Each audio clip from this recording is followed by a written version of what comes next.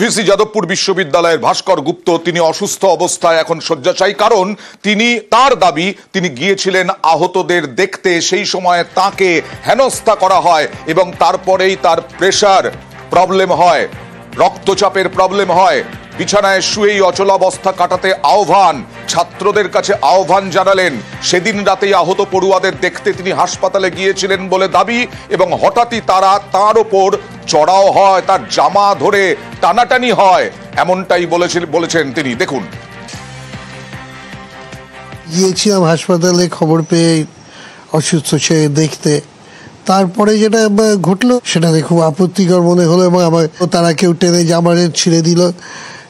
তারপরে আমি চলে এসেছিলাম। হ্যাঁ, পরে আমার প্রেশারটা বেড়ে যায়, তারপর থেকে অসুস্থ বোধ হতে আরম্ভ করে। এক্স্যাক্টলি ঘটনাটা কি ঘটেছিল সবই তদন্ত সাপেক্ষ, কিন্তু আমার পক্ষে এইখানে বসে বা এখানে বসে সম্ভব। যদি আমি একটু সুস্থ বোধ করতে পারি, একটু যদি অন্যদের সঙ্গে কথা বলে, হ্যাঁ দরকারে অনলাইন কথা বলে যদি একটা সমাধানের দিকে এগোনো যায়, আমি বিশ্বাস করি সব সমাধান ওইভাবেই করা যায়।